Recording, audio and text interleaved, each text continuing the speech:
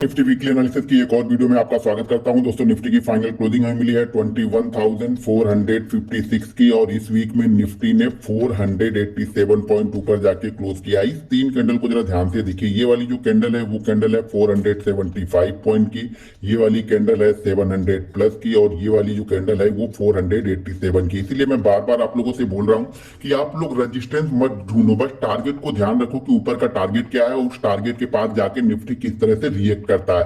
Last week मैंने यही बताया था आप लोगों को, ध्यान रखिएगा 21,022 इस लेवल के पास निफ्टी क्या करता है, इस लेवल के पास किस तरह से रिएक्ट करता है। तो पिछले देखेंगे तो इस वीक में और लास्ट वीक में मिला के लगभग हम 6 दिन इसी लेवल के आसपास हम घूमते रहे। 21,022 को हम क्रॉस नहीं कर पा रहे थे और जैसे हमने 21,022 को क्रॉस किया हम यहाँ पे पहुंच गए 487 के आसपास, यानी 492 का हमने इंटरडे में हाई लगाया है और हमने क्लोजिंग दी है 21,456। तो हाई लेवल के आसपास हमने जाके क्लोज किया और कंटिन्यू देखिए। लास्ट वीक हमने जब एनालिसिस की तो 6 वीक था, अभी देखिए 7 वीक कंटिन्यू चला जा रहा है। लास्ट वीक मैंने आप लोगों को कई चीजें बताई थी, लेकिन मैं आप लोग को यही चीजें बताते रहता हूं कि ध्यान से चार्ट को आप देखना, चार्ट को देखने की कोशिश कीजिए कि चार्ट क्या बोल रहा है।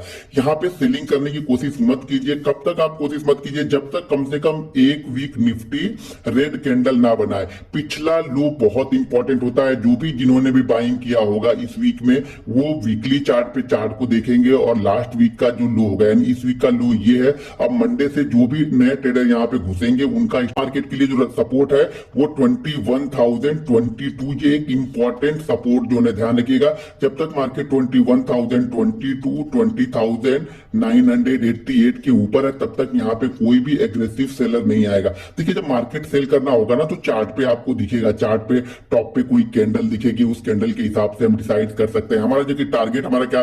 मैंने आपको क्लियर कट बताया था कि जब मार्केट देखिए यहाँ पे ऑल टाइम हाई के पास गया, मार्केट ने टाइम बिताया और इस राउंडिंग पैटर्न को ब्रेक किया। ब्रेक करने के बाद मार्केट ने नया हाई बनाया, फिर से मार्केट यहाँ पे राउंडिंग पैटर्न। और मैं आप लोग को यही बता रहा था, 2 वीक से ये बता रहा हूं कि इस चार्ट का जो टारगेट हमारा निकल के आएगा, ये देखिए 18,800 है, ऊपर देखिए यहाँ पे 20,200 था। तो ये पॉइंट है, ये हमारे लिए टारगेट हो गया कितने 1400 हमारे लिए टारगेट हो गया। तो अब हम कहां से यहाँ से निकल गए, कहां से 20,200 से हम पहुंच चुके हैं 21,400, यानी 1200 पॉइंट की रैली यहाँ पे हो चुकी है। 200 पॉइंट का और यहाँ पे मूव है। उसके बाद मार्केट किस तरह से रिएक्ट करता है, क्या यहाँ पे सिचुएशन बनती है, उसके हिसाब से डिसाइड करेंगे। लेकिन इस 200 पॉइंट के लिए नए एग्रेसिव यहाँ पे आपको बाइंग नहीं करनी है। बाइंग के लिए थोड़ा सा आपको वेट करना पड़ेगा। मैं बार बार बोल रहा हूं कि बायर हमेशा इसको कंट्रोल करने के लिए आएंगे। बायर कहां तक कंट्रोल करने के लिए आएंगे, जब मार्केट यहां से अगर आप देखेंगे 21,200, 21,100 के आसपास आएगा तो यहाँ पे बायर कंट्रोल करने के लिए आ जाएंगे। क्योंकि पहला सपोर्ट जब तक ब्रेक नहीं होगा, पहला सपोर्ट क्या है 21,022, ये हमारे लिए पहला सपोर्ट है। जब तक ये सपोर्ट ब्रेक नहीं होगा तब तक सेलर यहाँ पे नहीं सोचेंगे।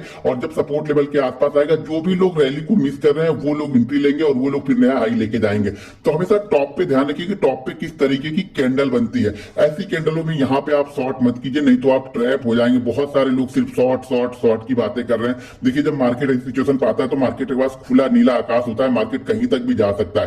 तो ये ध्यान रखिए, अपने टारगेट को नजर बना के रखिए। प्रॉफिट को जल्दी बुक मत कीजिए, प्रॉफिट को वेट कीजिए। आप देखिए 6 वीक से 7 वीक हो गए कंटिन्यू, किसी भी वीक में निफ्टी ने लास्ट वीक के लो को ब्रेक नहीं किया, यानी लास्ट वीक का जो भी लो बना है उस लो को ब्रेक नहीं किया है। इसीलिए यहाँ पे सेलर एक्टिव होते हुए नहीं। मैं बार बार चीजों को आप लोग को समझाता हूं कि जब तक लास्ट वीक हो सकता है कि यहाँ पे एक आध वीक रेड कैंडल बने, हमारे लिए कोई इसमें वो नहीं है कि रेड कैंडल नहीं बनेगी, रेड कैंडल बने। लेकिन क्या वो रेड कैंडल यहाँ पे 21,000 को ब्रेक करती है, 21,022 को? जब तक वो ब्रेक नहीं करेगी एग्रेसिव सेलिंग यहाँ पे नहीं आएगी। हो सकता है यहाँ तक ये काफी दूर है, यहाँ से 400 पॉइंट 450 पॉइंट दूर है।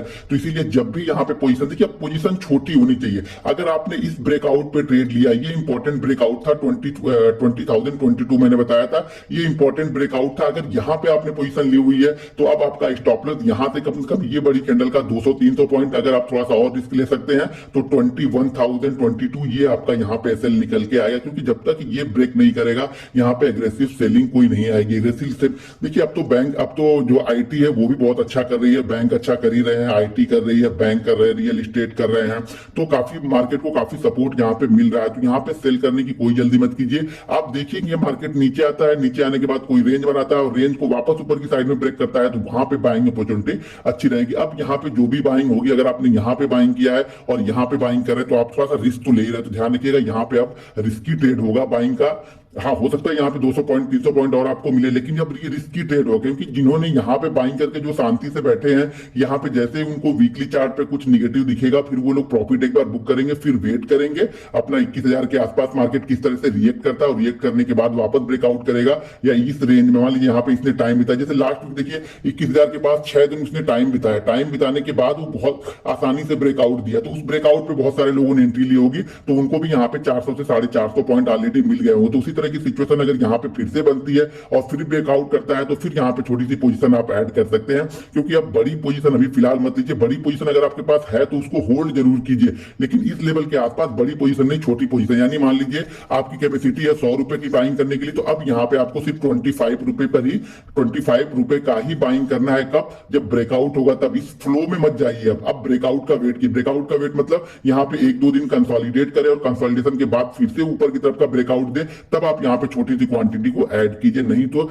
बहुत सारे लोग यहाँ से पोजीशन बना के बैठे हुए हैं, तो बहुत अच्छे प्रॉफिट में बैठे हुए हैं। तो एक बार भी अगर थोड़े बहुत भी प्रॉफिट बुकिंग होगी तो थोड़ा सा ये ध्यान रखिएगा, 300-400 पॉइंट अगर अभी आप टॉप पे जाओगे खरीदने, तो 300-400 पॉइंट आप फंस जाओगे। सबसे अच्छी बाइंग रेंज तब होगी जब ये 21,000 के आसपास आके कंसोलिडेट की, ध्यान रखिए 21,000 के पास आ जाए ये नहीं, 2000 के आसपास आके कंसोलिडेट करे, कंसोलिडेशन के बाद जो भी रेंज बनाए उस रेंज को वापस ये ब्रेकआउट करे। मूविंग एवरेज दिखाने का कोई मतलब नहीं, क्योंकि ऑलरेडी मूविंग एवरेज हम बहुत ऊपर चल रहे हैं, और यहाँ पे जो हमारा राउंडिंग पैटर्न था उसके टारगेट के आसपास भी हम यहाँ पे पहुंचने वाले हैं। जो ऊपर की साइड में इंपॉर्टेंट अब हमारे लिए लेवल है, वो लेवल मेरे लिए है 21,666 का। ये लेवल हमारे लिए ऊपर की साइड में इंपॉर्टेंट है, और बिल्कुल शॉर्ट टर्म अगर देख रहे हैं तो हमारे लिए इंपॉर्टेंट लेवल है 21,222 नीचे की साइड का, जो कि लास्ट वीक मैंने बताया था कि ये टारगेट आपको 21,222 और 21,444 का यहाँ पे निफ्टी दिखा सकता है। तो ये दोनों टारगेट हमारे अचीव हो चुके हैं। अब ये राउंडिंग पैटर्न का टारगेट बचा हुआ है, लेकिन ऑलरेडी यहाँ से हम 1200 पॉइंट का मूव कर चुके हैं, ये भी आपको नजर बना के रखनी पड़ेगी। तो ये हमारे लिए इंपॉर्टेंट लेवल होंगे लास्ट वीक के लिए 21,022। अगर ये ब्रेक करता है तो फिर 21,022 के पास में आएंगे, अगर ब्रेक करता है 21,222 को, तब तो यहाँ पे आप नजर बना के जरूर रखिएगा। बस यहाँ पे ज्यादा एनालिसिस करने की जरूरत नहीं होती। मैं बार बार बोलता हूं कि जब मार्केट का ट्रेंड अप है ना, तो आप यहाँ पर रजिस्टेंस ढूंढने मत, बस वो टारगेट ढूंढो, उस टारगेट के पास रुक रहा फिर ब्रेक कर रहा, तो वहां बने रहो। आप यहाँ पे आपको सपोर्ट ढूंढना है। अगर आपने बाइंग नहीं किया, मार्केट सपोर्ट पहले सपोर्ट लेवल के आसपास हमेशा बाइंग आएगी, ये ध्यान रखिए कि पहले सपोर्ट लेवल के पास हमेशा बाइंग आएगी।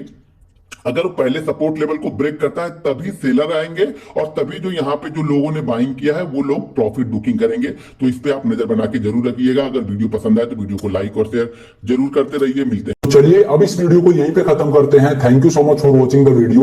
अगर आपके कोई क्वेरी हो तो आप मुझसे कमेंट करके पूछ सकते हो। आई होप आपको ये वीडियो पसंद आया होगा, आप में एज ए ट्रेडर एक वैल्यू एडिशन हुई होगी, आपने कुछ नया सीखा होगा। अगर वीडियो पसंद आया तो मेक श्योर आप वीडियो को लाइक करें, चैनल को सब्सक्राइब करें।